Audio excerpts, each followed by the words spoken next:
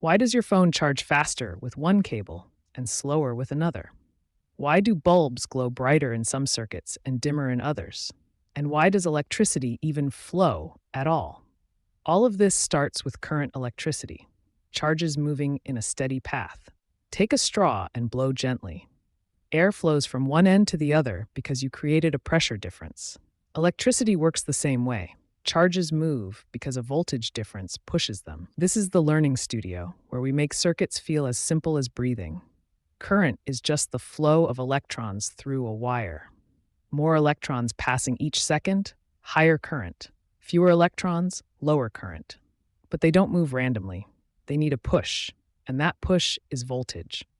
Voltage doesn't mean more electricity. It means how badly electrons want to move from one point to another, just like high water level flows into low water level. Now, the important rule everyone knows but few truly understand, Ohm's law. It says voltage equals current is resistance.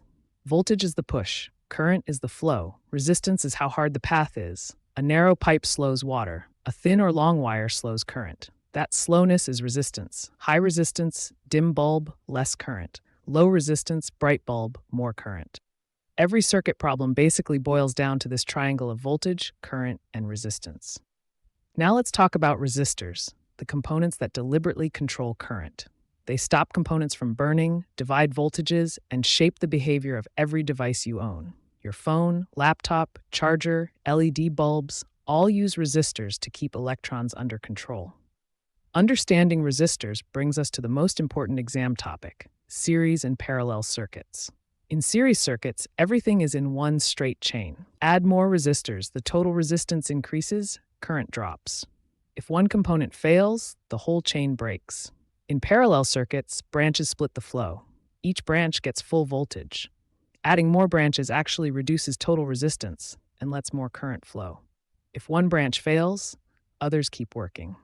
Your home wiring uses parallel circuits for this exact reason. One bulb going out shouldn't turn the whole house off. Here's the key intuition. Series equals one path, parallel equals multiple paths, and current always spreads into the paths of least resistance.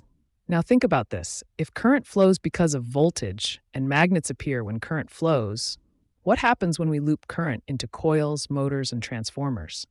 How does simple current turn into powerful magnetic forces? That takes us straight into magnetism, and we'll unlock that next.